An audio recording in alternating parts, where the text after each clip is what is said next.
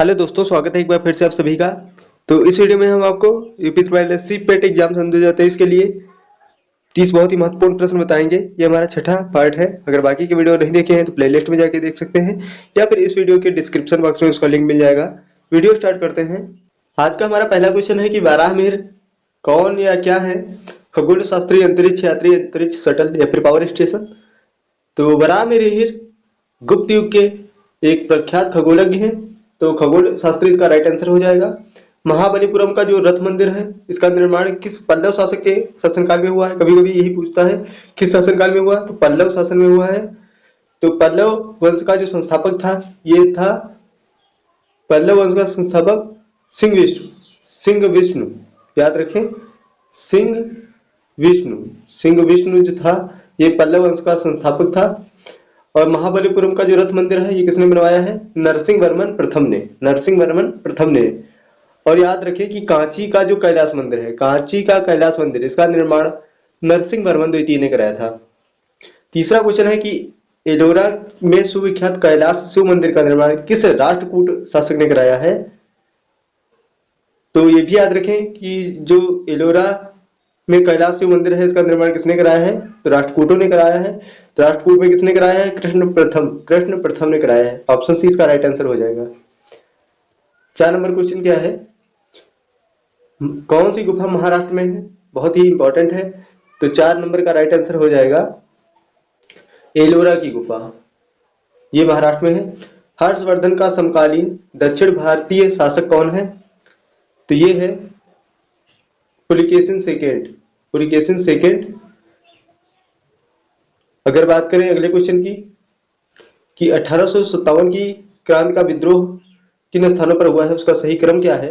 सबसे पहले बैरकपुर में हुआ था, फिर मेरठ में हुआ था, उसके बाद दिल्ली, फिर झांसी। ऑप्शन डी इसका राइट आंसर हो जाएगा। बैरकपुर, मेरठ, दिल्ली और झांसी। बैरकपुर और मेरठ की 2 डेट याद रखनी है। बैरकपुर में हुआ था 29 मार्च 1857, 29 मार्च में हुआ था बैरकपुर में। और मेरठ की बात करते हैं तो मेरठ में कब हुआ था? 10 मई 1857। नेक्स्ट क्वेश्चन, भारत का कौन सा गवर्नर जनरल ओवर मेरिडिथ के नाम से कविता लिखता था? बहुत ही इंपॉर्टेंट क्वेश्चन है, जिसका राइट आंसर हो जाएगा Lord Lytton. Vernacular press act इसी के शासनकाल में आया था। कब आया था? 1978 में। लॉर्ड डफरिन ने इसको खत्म कर दिया था, वर्नाक्यूलर प्रेस एक्ट को, ये भी याद रखना है। लॉर्ड रिपन को क्या कहा जाता है? स्थानीय स्वशासन का जनक कहा जाता है। व्यक्तिगत का सिद्धांत या फिर हड़पनी, ये लॉर्ड डलहौजी लाया था। लॉर्ड कैनिंग कौन है? तो ये अंतिम गवर्नर जनरल है और प्रथम वायसराय है। अंतिम गवर्नर जनरल और प्रथम वायसराय है लॉर्ड कैनिंग, याद रखना है। 1872 में भारत के वायसराय लॉर्ड मेयो की हत्या कहाँ की गई है? तो पोर्ट ब्लेयर में की गई है। और ये भी याद रखना है कि एकमात्र वायसराय थे लॉर्ड मेयो जिनकी हत्या भारत में हुई है। 9 नंबर क्वेश्चन है कि निम्नलिखित में से किस कार्य का श्रेय लॉर्ड डलहौजी को नहीं दिया जाता है? लॉर्ड डलहौजी को नहीं दिया जाता है। पंजाब का विलय लॉर्ड डलहौजी ने कराया है, बंगाल का भी कराया है, सतारा का सबसे पहले कराया है। तो मैसूर का विलय हो जाएगा। ऑप्शन सी इसका राइट आंसर हो जाएगा। इसका श्रेय लॉर्ड डलहौजी को नहीं जाता है। गुजरात का शासक बहादुर शाह किसके साथ हुए संघर्ष में मारा गया था? बहुत इंपॉर्टेंट क्वेश्चन है कि जो गुजरात का शासक था बहादुर शाह, किसके साथ हुए संघर्ष में मारा गया था? तो पुर्तगालियों के साथ संघर्ष में मारा गया था। ऑप्शन सी इसका राइट आंसर हो जाएगा।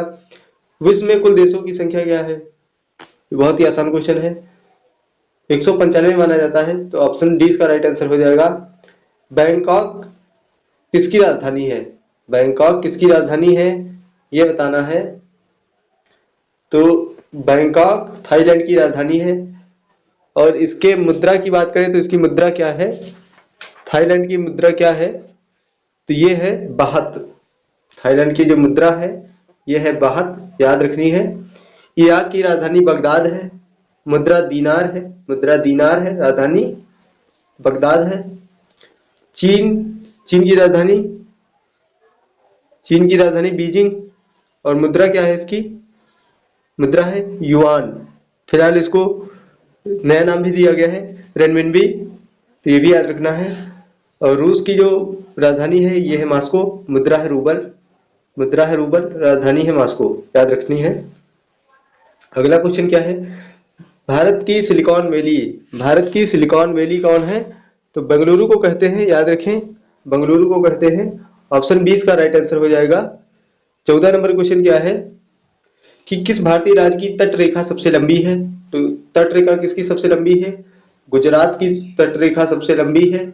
ऑप्शन में गुजरात नहीं है, गुजरात के बाद आता है आंध्र प्रदेश, आंध्र प्रदेश इसका राइट आंसर हो जाएगा। अगला क्वेश्चन देखते हैं क्या है, सुमेलित करना है। सूची 1 में शहर दिए गए हैं, सूची सेकंड में नदी दी गई है। तो जबलपुर, जबलपुर की बात करें तो नर्मदा नदी हो जाएगा। ए का ऑप्शन सेकंड पहले में ही आता है, तो इस तरीके से आप इसको हल कर सकते हैं। बी का तीसरा हो जाएगा, मतलब पेरिस जो है ये सीन नदी के किनारे है, लंदन टेम्स या थेम्स नदी के किनारे है, और लाहौर रावी नदी के किनारे है। तो डी का पहला हो जाएगा। इस तरीके से मिलान करना है। 16 नंबर क्वेश्चन भी बहुत इंपॉर्टेंट है। कह रहा है औसत कुल लागत ₹54 है, कुल अचल लागत 45,000 है, उत्पादन की मात्रा 2500 यूनिट है। तो उस फर्म की औसत परिवर्तनीय लागत ज्ञात करनी है। कुल लागत कितनी हो जाएगी? कुल लागत कितनी हो जाएगी? औसत लागत है ₹54 और उत्पादन की मात्रा है 2500 यूनिट। तो कुल जो लागत हो जाएगी 2500 यूनिट गुणे 54, 2500 यूनिट गुणे 54 हो जाएगा कुल लागत। कुल लागत की बात करें कितना हो जाएगा? 2500 गुणे 54। और परिवर्तनीय लागत की बात करें, परिवर्तनीय लागत, परिवर्तनीय लागत की बात करें तो कितना हो जाएगा? परिवर्तनीय लागत 2500 गुणे 54 जितना आएगा, कितना आ जाएगा? 1,35,000। 2500 गुणे 54 1,35,000 आएगा। और इसमें से हम घटा देंगे अचल लागत, माइनस 45,000 घटाएंगे तो कितना आ जाएगा? यह आ जाएगा हमारा 90,000। 1,45,000 में 1,35,000 में 45,000 घटाएंगे तो 90,000 आएगा। यह आएगा परिवर्तनीय, कुल परिवर्तनीय लागत आ जाएगा, कुल परिवर्तनीय लागत आएगा। तो अब बात करें कुल परिवर्तनीय कितना है? 90,000। और कह रहा है कि औसत आय ज्ञात करनी है, औसत परिवर्तनीय लागत आय ज्ञात करनी है। कुल तो 90,000 है, औसत निकालेंगे तो इसको भाग कर देंगे 2500 से, 2500 से भाग करेंगे तो 2 जीरो से 2 जीरो कैंसिल हो जाएंगे। 900/25 कितना आएगा? 25 3 75, 3 बार में जाएगा और बचेगा 15, 150, 25 छक्का 150, मतलब 36 आएगा। ऑप्शन सी इसका राइट आंसर हो जाएगा। अगला क्वेश्चन क्या है, निम्नलिखित में से कौन सा कथन सही है? पहला ऑप्शन है अधिकांश कामगार न्यूनतम स्वीकार्य मजदूरी से कम पर कार्य करेंगे। दूसरा है न्यूनतम स्वीकार्य मजदूरी किसी फर्म द्वारा किसी कामगार को दी जाने वाली अधिकतम राशि है। तीसरा ऑप्शन है आर्थिक लगान बाजार मजदूरी और न्यूनतम स्वीकार्य मजदूरी के बीच का अंतर होता है। और ऑप्शन डी है आर्थिक लगान वह राशि होती है जिसे वांछनीय श्रम बाजार में प्रवेश करने के लिए आवश्यक अदा किया जाना चाहिए। तो सही क्या है? तो इसमें सही है सी वाला, जो आर्थिक लगान होती है बाजार मजदूरी और न्यूनतम स्वीकार्य मजदूरी के बीच का अंतर होता है। आर्थिक जो लगान है ये बाजार मजदूरी और न्यूनतम स्वीकार्य मजदूरी के बीच का अंतर होता है। अभिजीत बनर्जी ने किस वर्ष नोबेल पुरस्कार जीता? अभिजीत बनर्जी ने किस वर्ष नोबेल पुरस्कार जीता? 2019 में जीता था। नेक्स्ट क्वेश्चन है कि मांग वक्र जो एक पूरी तरह से प्रतिस्पर्धी फर्म का सामना कर रहा है वह है नीचे की ओर ढका हुआ, पूरी तरह से स्थिर, एक अवतल वक्र या पूरी तरह से लोचदार। एक मांग वक्र जो एक पूरी तरह से प्रतिस्पर्धी फर्म का सामना कर रहा है वह पूरी तरह से लोचदार है। ऑप्शन डी इसका राइट आंसर है। यदि औसत लागत गिरती है तो सीमांत लागत, इसमें क्या अंतर आता है? औसत लागत अगर गिरेगी तो सीमांत लागत होगी वो उच्चतर दर पर बढ़ती है, उच्चतर दर पर बढ़ती है। ऑप्शन बी करेक्ट हो जाएगा। लोकतांत्रिक संस्थाओं के विकास के लिए कौन सा कारक आवश्यक है? लोकतांत्रिक संस्थाओं के विकास के लिए सशक्त सैन्य बल, व्यक्तिगत अधिकारों के प्रति सम्मान, एक बलीय व्यवस्था, कृषि अर्थव्यवस्था। तो इसका राइट आंसर है व्यक्तिगत अधिकारों के प्रति सम्मान। अगला क्वेश्चन देखते हैं, किस तंत्र के कुछ लोग अधिक लोगों पर शासन करते हैं? किस तंत्र के कुछ लोग अधिक लोगों पर शासन करते हैं? तो इसका राइट आंसर हो जाएगा अल्पतंत्र। अल्पतंत्र। निम्नलिखित में से कौन सी एक भारतीय संविधान की मुख्य विशेषता नहीं है? अर्धसंघीय, शक्ति का पृथक्करण, मौलिक अधिकार या फिर अल्पतंत्र। अल्पतंत्र ही होगा कि कुछ लोग अधिक लोगों पर शासन करते हैं, ये भारतीय संविधान की विशेषता नहीं है। अगला क्वेश्चन है कि भारत में संपत्ति के अधिकार को अब माना जाता है एक मौलिक अधिकार, एक कानूनी अधिकार, एक नैसर्गिक अधिकार या फिर एक राजनीतिक अधिकार।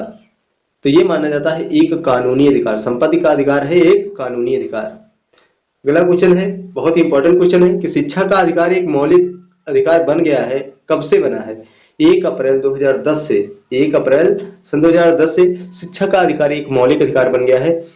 किस ऊतक के नख, खुर और सींग बने होते हैं? क्यूराइड, काइटिन, केराटिन या फिर ट्यूनिसिन। तो किस ऊतक के नख, खुर और सींग बने होते हैं? बहुत इंपॉर्टेंट क्वेश्चन है, केराटिन के बने होते हैं। 27 नंबर क्वेश्चन क्या है? कौन सा रासायनिक सिद्धांत यह प्रतिपादित करता है कि CO2 कार्बन डाइऑक्साइड की घुलनशीलता बढ़ाने के लिए शीतल पेय और सोडा की बोतलों को उच्च दाब पर सील किया जाता है? बहुत इंपॉर्टेंट क्वेश्चन है। तो इसका राइट आंसर क्या हो जाएगा? हेनरी का सिद्धांत। इसके आधार पर तरल में गैस घुलनशील सीधे गैस के दबाव के समानुपाती होती है। तो हेनरी का सिद्धांत ये हो जाएगा ऑप्शन बी। कॉकरोच जल में जीवित नहीं रह सकता है क्योंकि उसका श्वसन अंग वातक होता है। वातक, ट्रैकिया। ऑप्शन बी इसका राइट आंसर हो जाएगा। ये भी बहुत ही इंपॉर्टेंट क्वेश्चन है। 29 नंबर, विमा MLT-2। MLT-2 ये बल का हो जाएगा पेमीय सूत्र। जब किसी कण को ऊर्ध्वाधर ऊपर की ओर फेंका जाता है और जब वह सबसे ऊंचे बिंदु पर होता है तब क्या होता है? त्वरण नीचे की ओर होता है, त्वरण ऊपर की ओर होता है, वेग नीचे की ओर होता है, वेग क्षैतिज होता है। इसका राइट आंसर हो जाएगा त्वरण जो होता है नीचे की ओर होता है और स्वतंत्र रूप से गिरने वाली वस्तुओं का जो त्वरण होता है वह समान होता है। तो वीडियो अच्छा हो तो वीडियो को लाइक करें, चैनल को भी सब्सक्राइब कर लें।